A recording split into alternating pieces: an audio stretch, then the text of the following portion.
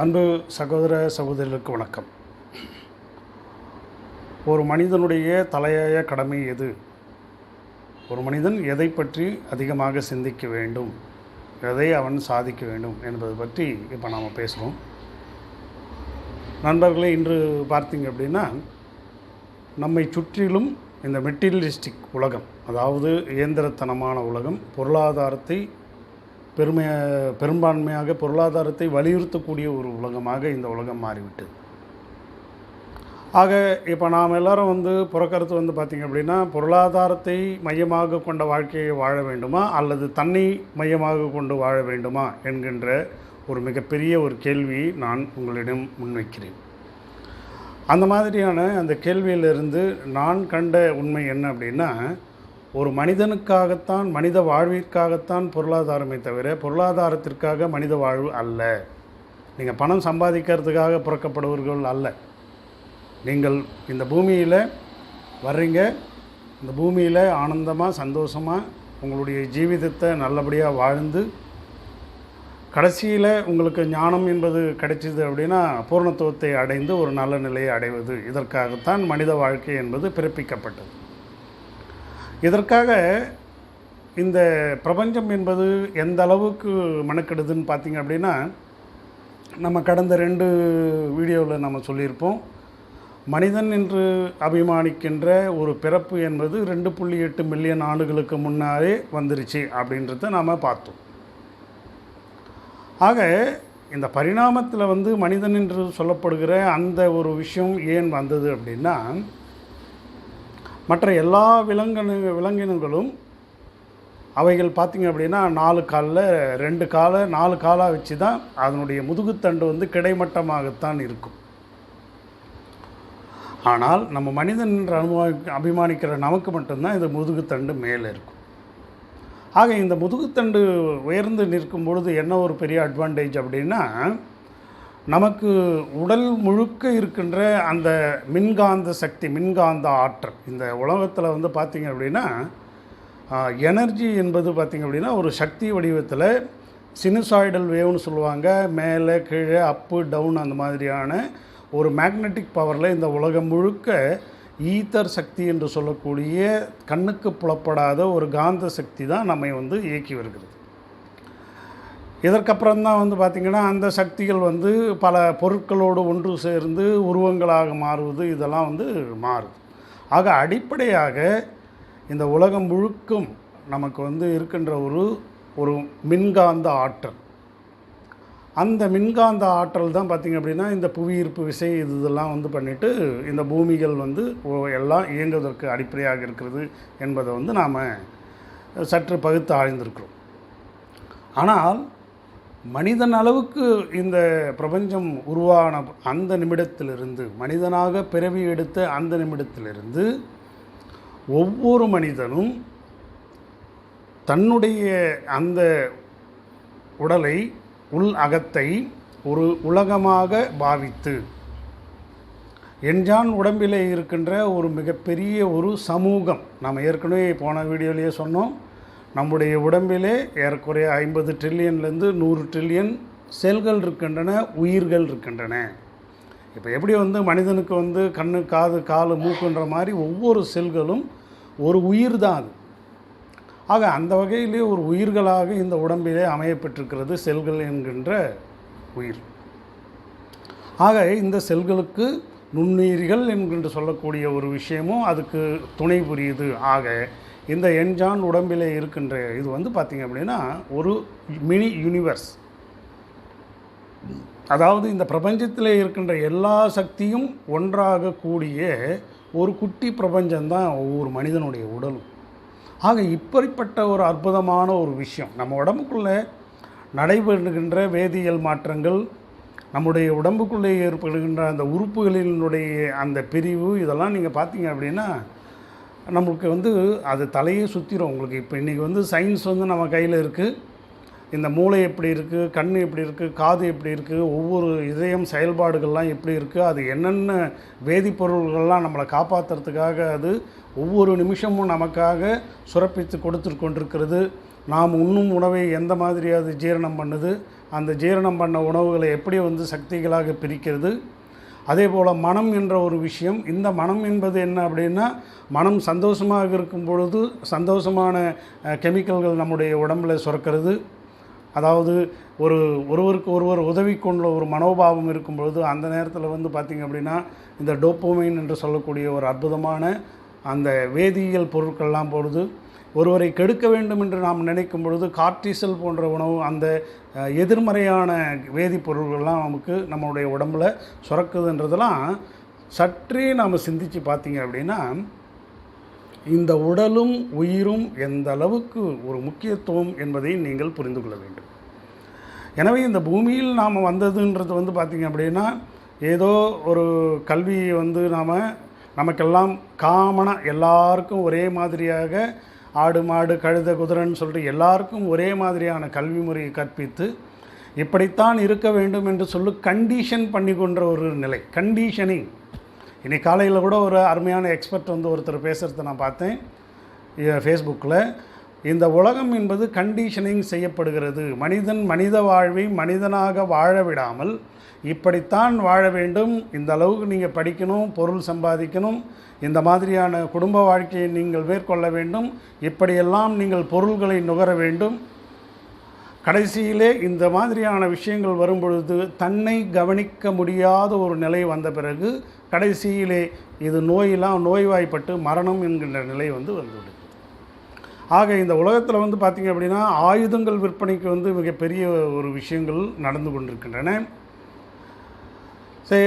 பொருட்கள் விற்பனைக்கு வந்து ஒரு விதமான விஷயங்கள்லாம் நடந்துட்டுருக்கிறது. ஆனால் இதையெல்லாம் விடுத்து தன்னை தானறியும் இந்த உடம்பினுடைய மகத்துவம், இந்த உயிரினுடைய மகத்துவம், இந்த ஒவ்வொரு உயிரும் அடைய வேண்டிய அந்த ஆனந்தம், இதை பற்றி நம்முடைய இந்த இந்திய சித்தாந்தம், இந்திய தத்துவ ஞானிகள், இந்திய ஞானிகள், சித்தர்கள் இவர்கள் மட்டும்தான் அதை பற்றி பேசியிருக்கிறாங்க. நீங்கள் மேற்கத்திய கலாச்சாரம் பார்த்திங்க அப்படின்னா இன்றைக்கி ஒரு ஒலிம்பிக் அப்படின்னு சொல்லிட்டு எடுத்துக்கிட்டிங்கன்னா கூட அந்த இதில் வந்து ஒருவரை ஒருவர் வீழ்த்தி கொள்வதில் தான் அவங்க வந்து ஆனந்தம் அடைகிறாங்களே தவிர நம்பர் 1, நம்பர் 2, நம்பர் 3ன்னு சொல்லிட்டு இந்த வாழ்க்கையை அவர்கள் இந்த மாதிரியான இலக்கங்கள் முதல் தரம், 2ஆம் தரம், 3ஆம் தரம் என்கின்ற தர நிர்ணயத்திலேயே அவர்கள் பண்ணுறாங்க. ஆனால் பிரபஞ்சம் நம்மை படைக்கும் பொழுது இந்த மாதிரி தரத்தை பிரித்து படைத்திருக்கிறதா என்றால் வள்ளுவன் சொல்வது போல பிறப்புக்கும் எல்லா உயிர்கட்கும் என்கின்ற ஒரு விஷயத்தை நாம் சிந்தித்து பார்க்க வேண்டும்.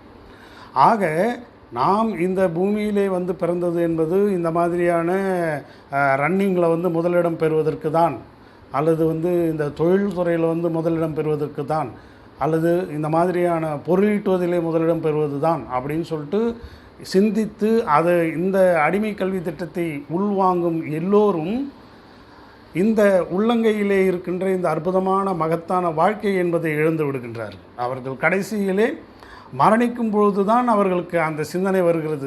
பல பேருக்கு வந்து பார்த்திங்கன்னா மரணம் வரும் வரை கூட இந்த உண்மை புரிய மாட்டேங்குது.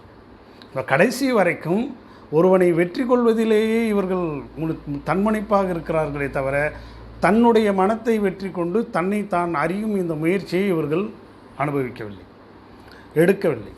ஆக ஏன் வந்து தன்னுடைய மனதை வெற்றி கொள்ளணும்னா இந்த கண்டிஷனிங் வந்து ஒவ்வொரு மனதிலையும் நிகழ்ந்து விடுகிறது. இவங்க என்ன பண்ணுறாங்க, நம்மளை பிறந்த உடனே நம்மளுடைய சூழலில் இருக்கிறவங்களாம் வந்து பலவாறு விதமாக இவங்க சொல்லி சொல்லி சொல்லி வளர்த்து நீங்கள் இப்படி தான் இருக்கணும், உன்னால் இவ்வளோ தான் முடியும், இதுதான் உன்னுடைய நிலை அப்படின்லாம் சொல்லி வளர்த்து அதற்கப்புறம் ஒரு கல்வி திட்டத்தில் போயிட்டு அதில் வந்து மனப்பாடம் பண்ணி வாந்தி எடுக்கிற அந்த மாதிரியான ஒரு கல்வி திட்டம். ஆக இன்றைக்கு பார்த்திங்க அப்படின்னா ஒரு 20-40 வருடங்களுக்கு முன்னாடி, 50 வருடங்களுக்கு முன்னாடி இருந்த பிள்ளைகள்லாம் அனுபவித்த அந்த விளையாட்டு, அந்த நட்பு, அந்த பசங்க கூடலாம் மாலை நேரத்தில் விளையாடுறது, நல்லா சந்தோஷமாக ஆனந்தமாக ஏரியில் போய் குளிக்கிறது, மரங்களில் ஏறி ஆடுறது, இந்த மாதிரியானதெல்லாம் இன்றைய சமுதாயத்துக்கு, இன்றைய இளைஞர்களுக்கு, குழந்தைகளுக்கு கிடைக்குதானா? சுத்தமாக கிடையாது. அப்போ இந்த குழந்தைகள் வந்து ஒரு எந்திரங்களாக குழந்தைகளை பெற்று ஒரு எந்திரங்களாக அவர்களை வளர்த்து ஒரு பணம் சம்பாதிக்கும் எந்திரங்களாகத்தான் அவர்களை மாற்றி வைத்து விடுகிறோம். இப்போ எங்களை எடுத்துட்டிங்க அப்படின்னா எங்களுடைய சிறு வயதில் நாங்கள் அனுபவித்த ஆனந்தம், அந்த குழந்தைகளோட மாலை நேரத்தில் போயிட்டு விளையாடுறது, அதில் பல விளையாட்டுக்கள், பலவிதமான விளையாட்டுக்கள், நிலா கும்பல், நிலா வந்து சின்ன சின்னதாக இது வச்சுட்டு நிலா கும்பல் பண்ணுறது, நாங்கள் ஒருத்தருக்கு ஒருத்தர் உட்காந்துக்கிட்டு அவங்கவுங்க எடுத்துகிட்டு வர சாப்பாடு, அவங்கவுங்க எடுத்துகிட்டு வர சாக்லேட்டு இதெல்லாம் பிடுங்கி தின்னு ஒருத்தருக்கு ஒருத்தர் அந்த சந்தோஷமாக இருந்தது இன்றைய இந்த குழந்தைகள் அனுபவிக்கிறார்கள் சுத்தமாக இல்லை. இந்த குழந்தைங்க பிறக்கும்போதே வந்து நீங்கள் ஐஏஎஸ் ஆகணும், கலெக்டர் ஆகணும், ஐபிஎஸ் ஆகணும், ஐஎஃப்எஸ் ஆகணும், இல்லைனா வந்து அமெரிக்கா போகணும், க்ரீன் கார்டு வாங்கணும், இந்த மாதிரியான எண்ணங்கள் அவங்கள திணிக்கப்படுறதுனால அவன் மனிதனாக இருக்கிறான் என்றால் ஒரு கம்ப்யூட்டர், சூப்பர் கம்ப்யூட்டருக்கு இணையாக தான் அவன் வந்து இருந்துகிட்ருக்கிறான். சூப்பர் கம்ப்யூட்டர் வந்து ரோபோட்டும் சூப்பர் கம்ப்யூட்டரும் ஒன்றா இணைச்சி சில வேலைகளை எப்படி நம்ம செஞ்சு விடுமோ அந்த மாதிரி தான் அவருடைய வாழ்க்கை அமைந்து விடுது. ஸோ இதில் தான் வந்து நமக்கு வந்து மிகவும் மனசு கொஞ்சம் எதுவாக இருக்குது. ஏன்னா இந்த குழந்தைகள் நாம் அனுபவித்த விஷயங்கள் கூட இந்த குழந்தைகள் அனுபவிக்க முடியவில்லையேன்ற ஒரு ஆதங்கம் நம்மிடையே வெளிப்படுகிறது. இப்போ நாங்கள் சாப்பிட்ட அந்த உணவு இப்போ இன்னொரு 50 ஆண்டுகளுக்கு முன்னாடி இப்படி அப்படின்னா, இன்னும் வந்து ஒரு 60, 70, 75 ஆண்டுகளுக்கு முன்னாடி அந்த உணவுகளினுடைய சுவை, ஒரு அரிசி வந்து பார்த்திங்க அப்படின்னா 6 மாதத்தில் 3 மாதத்துக்கு மேலே விளையிற அரிசியினுடைய அந்த தன்மை, அதனுடைய சுவை, இந்த யூரியா போன்ற இதெல்லாம் போடாமல் இயற்கையாக விளைவிக்கப்பட்ட அந்த உணவுகளில் இருந்த அந்த சுவை இந்த குழந்தைகள் அனுபவித்து பார்த்தாருன்னா நிச்சயமாக இல்லை. இவர்களுக்கு வந்து பார்த்திங்க அப்படின்னா ஒரு ரேட் ரேஸ் மாதிரி தான் என்ற அகங்காரத்தை தான் இவங்களுக்கு வந்து ஊட்டி வளர்த்துடுறாங்களே தவிர ஒருத்தர் மதிக்கிறதே கிடையாது. காரணம் என்ன, நான் உயர்ந்தேன். இப்போ வந்து ஒரு ஆஃபீஸில் வந்து வேலை செய்கிறாருன்னா அவர் வந்து அந்த ஆஃபீஸர் மாதிரியே தான் அவருடைய மனம் வந்து செட் ஆகிடுது. அவர் வந்து என்ன பண்ணுறாரு, அவருக்கு கீழே இருக்கிறவங்களாம் தாழ்ந்த ஒரு நிலையில் தான் பார்க்குறாரு. ஸோ ஒரு அரசியலில் பார்த்துட்டு போயிட்டோம் அப்படின்னா ஒரு எம்எல்ஏ, ஒரு மினிஸ்டர் இந்த மாதிரிலாம் பார்க்கும்போது அவர்கள் வந்து ஏதோ தங்களுக்கு வந்து ஒரு மிகப்பெரிய பதவிகள் கொடுத்துட்ட மாதிரி பார்க்குறாங்க. அப்போ என்னென்னா தன்னை தான் அறியும் அந்த நிலையை அவர்கள் இழந்து விடுகிறார்கள். ஒரு பெரிய ஒரு செலிப்ரிட்டி, ஒரு சிஎம்மாக இருந்தவர்கிட்ட போயிட்டு இந்த கேள்வியை வந்து கேட்டபோது, எங்களுக்கு இது தெரிந்திருக்கிறது, எங்களுக்கு தெரியும் இந்த வாழ்க்கை என்பது மிகப்பெரிய சிக்கலான ஒரு விஷயந்தான், வேறு வழியில் நாங்கள் புலிவாலை பிடிச்ச மாதிரி அதை பிடிச்சிட்டோம், இதோடவே நாங்கள் சாகிறத தவிர எங்களுக்கு வேறு வழி கிடையாது அப்படின்ட்டு ஒரு சீஃப் மினிஸ்டராக இருந்தவரே அவர் வாயில் சொல்லியிருக்கார். அவர்கிட்ட போய் பேசும்பொழுது, ஐயா இந்த மாதிரி ஞானம்லாம் வந்து இந்த பூமியில் வந்து கொட்டி கிடக்கிறது, இதையெல்லாம் அனுபவிக்காத இந்த மனிதர்கள் இந்த மாதிரி வந்து விஷயங்கள்லாம் ஈடுபட்டு அவர்கள் இழக்கிறார்கள் என்றால் இந்த கட்சி, இந்த மாதிரியான பதவிகள், அந்த இதுக்கெல்லாம் வந்தவன் வந்து ஆனந்தத்தை அனுபவிக்கவே முடியாது. அவனுக்கு சதா சர்வகாலமும் நாளைக்கு நம்ம பதவி இருக்குமா அப்படின்றத பற்றி தான் யோசிப்பானே தவிர தனக்குள்ளே இருக்கிற அந்த ஆனந்தத்தையோ அல்லது அந்த இறைத்தன்மையோ உணர்வதற்கு அவர்களுக்கு நேரம் இருக்காது. இந்த சமூகம், இந்த அமைப்பு அதை விடவும் விடாது என்கின்ற ஒரு நிலையிலே அவர் அந்த வார்த்தையை உதிர்த்திருக்கிறார். ஸோ இதுதான் இன்றைய நிலைமை. எனவே இந்த அதிகாரத்தை நோக்கி ஓடக்கூடிய இந்த இளைஞர்கள் அதே மாதிரி தன்னுடைய குழந்தைகளை இந்த குதிரை பந்தயத்திற்காக தயார் செய்யும் இந்த பெற்றோர்கள் சற்றேனும் சிந்தித்து பார்க்க வேண்டும். ஒரு மனிதனுக்கு மாராலிட்டி என்று சொல்லக்கூடிய சத்திய தர்மங்களை போதிக்காமல் நீங்கள் உங்களுடைய குழந்தைகளை ஒரு கர்வத்தோடவே அவங்களை வளர்க்கிறீங்கன்னா நாளைக்கு உங்களுக்கே அந்த நிலைமை தான். ஒரு தாயின்ற, ஒரு தந்தைன்ற ஒரு மரியாதை கூட அந்த குழந்தைகள் உங்களுக்கு கொடுப்பதில்லை. நீங்கள் ஒரு கஷ்டத்திலே இருக்கும் பொழுது அவர்கள் உங்களை இப்போ வந்து கூட பார்க்கறது இல்லை.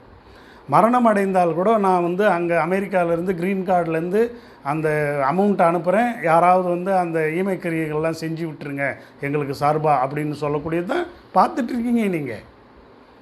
எல்லாம் வந்து இதெல்லாம் நீங்கள் மறைக்காதீங்க. ஏன்னா உங்களுக்கு நீங்கள் எல்லோரும் அனுபவிக்கிற விஷயத்தை தான் நான் பேசுகிறேன். ஆக இந்த மாதிரி ஒரு விஷயத்துக்காக நீங்களாம் வந்து தயாராகிறீங்க. இன்றைக்கி அடுத்தது வந்து பார்த்திங்க அப்படின்னா குடும்ப உறவுகளையே கொச்சைப்படுத்தக்கூடிய நிலைமையில் என்ன இந்த மீடியாக்கள்லாம் இறங்கிடுச்சு, களங்கண்டுடுச்சு. நாளைக்கு வந்து யாருமே திருமணம் செய்து கொண்டு அந்த பொறுப்பு என்ற தன்மையை எடுக்கக்கூடிய முடியாத அளவிலே இந்த மீடியாக்கள் வந்து இளைய தலைமுறையை மூளைச்சலவை செய்து கொண்டிருக்கின்றன. ஸோ இது எங்கே போய் முடிய போகுது தெரியல. ஸோ இதற்கு வந்து பார்த்திங்க அப்படின்னா ஓரின சேர்க்கை என்ற விஷயங்கள்லாம் இந்த அடுத்த தலைமுறைகள்லாம் முன்னெடுக்கிறாங்க. ஆக இந்த உலகத்தை ஆட்சி செய்யும் ஆளுக்கு என்ற தன்னை அடிமைப்படுத்தி, அதாவது இந்த உலகை அடிமைப்படுத்தி வைத்து கொடுக்கின்ற அந்த சக்திகள் எதிர்காலத்தில் இந்த ஓரின சேர்க்கை போன்ற விஷயங்களெல்லாம் முன்னெடுத்து தாம்பத்தியம், குடும்ப உறவு, இனிய இல்லறம் இவைகளெல்லாம் கேலி கூத்தாக செய்யக்கூடிய நிலைமையிலே எங்கள் போய்கொண்டிருக்கின்றன. எனவே இந்த பூமியிலே மக்கள் வந்து எதை புரிந்து கொள்ள வேண்டுமென்றால், விலை மதிக்க முடியாத பொக்கிஷமான இந்த உடம்பையும் உயிரையும் பேணி பாதுகாக்கும் கல்வியை நீங்கள் கற்க வேண்டும். இந்த கல்வியை நீங்கள் கற்றுக்கலன்னா நீங்கள் பிறந்ததே வேஸ்ட்டு. 50 வருஷம் 60 வருஷம் வாழ்வீங்க. நேற்று பிறந்த மாதிரி இருக்கும், இன்றைக்கி சாகிற மாதிரி தான் இருக்கும். கடைசியில் எல்லோரும் சந்தோஷமாக சாவறீங்க. தலையில் கர்வத்தை ஏற்படுத்தி வச்சுக்கிட்டு சிரமப்பட்டு தானே எல்லாருமே சாவறீங்க. ஆக அதற்கேற்ற மாதிரி நம்முடைய மனதில் வந்து எந்த அளவுக்கு நம்முடைய அந்த வக்கிரங்கள் ஏற்படுகிறதோ அதற்கேற்ற மாதிரி நம்மளுடைய உடம்பில் மன அழுத்தம் ஏற்பட்டு அதற்காக எதிர்மறையான அந்த திரவங்கள், கெமிக்கல்கள், கார்டிசல் போன்ற விஷயங்கள்லாம் எதிர்மறையாக சுரந்து நம்மளை கடைசியில் வந்து படுத்த படுக்கையாக நம்முடைய கடமைகளே நாம் செய்ய முடியாமல், ஒரு டாய்லெட் போக முடியாமல், ஒரு பாத்ரூம் போக முடியாமல், அடுத்தவர்கள் கையை பிடிச்சி தாங்கி எடுத்துன்னு போய் வைக்கணுன்ற நிலைமையில் தானே எல்லோரும் போகிறோம். இதை யாரும் வந்து யோசிக்க மாட்டேன்றோம். ஆக இதற்குத்தான் மனித பிறவியா? ஏதாவது எந்த உயிர்களாவது வந்து படுத்த படுக்கையாக இருந்து டாய்லெட் போயிட்டு பெட்லேயே வந்து எல்லாத்தையும் பண்ணிகிட்ருக்குங்களா? பார்த்தீங்களா?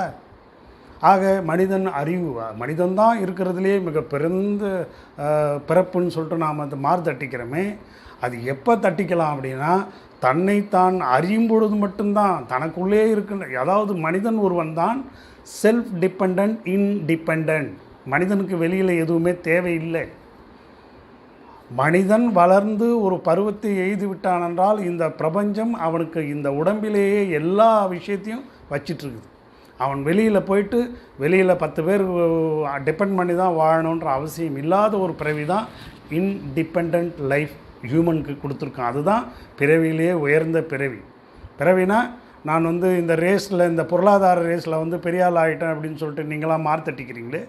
நீங்கள் வந்து ஒரு பென்ஸு காரில் போகும்போது 70, 60, 70 வயசில் அரை பிணங்களாகவும் பிணங்களாகவும் தானே அந்த பென்ஸ் காரில் ட்ராவல் பண்ணுறீங்க. ஆக இதையெல்லாம் மனிதர்கள் உணர வேண்டும், தன்னை தானறிய வேண்டும். தனக்குள்ளே இருக்கின்ற இயற்கை இறை சக்தியை அவர்கள் உணர்ந்து அதை பாதுகாக்கும் வழிமுறையை, அந்த கல்வியை, மத்தக கல்வியை பெற வேண்டும். கல்வி அப்படின்னாலே கல்னா என்ன? ஸ்டோன்.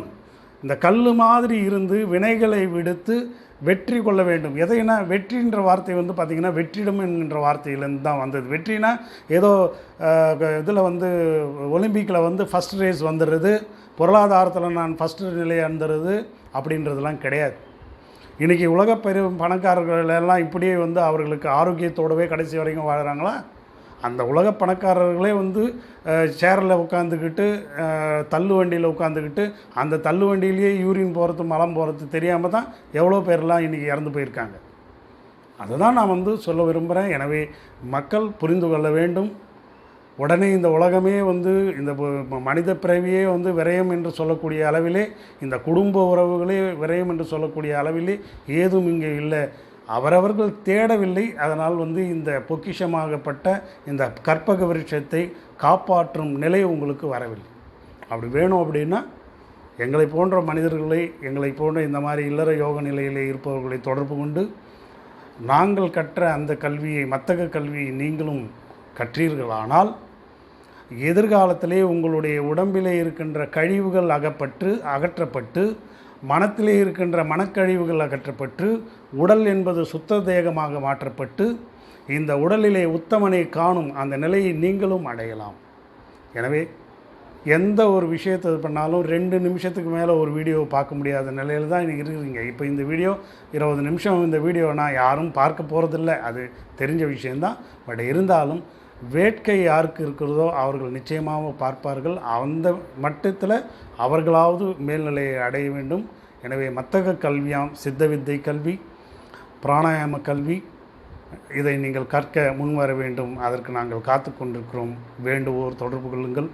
வளமான ஒரு எதிர்காலத்தை உங்கள் உடலிலே, அகத்திலே நீங்கள் அனுபவித்து ஆனந்தத்தை அனுபவிப்பீராக இந்த பிரபஞ்ச சக்தியை வணங்கி வேண்டுகிறேன். நன்றி, வணக்கம்.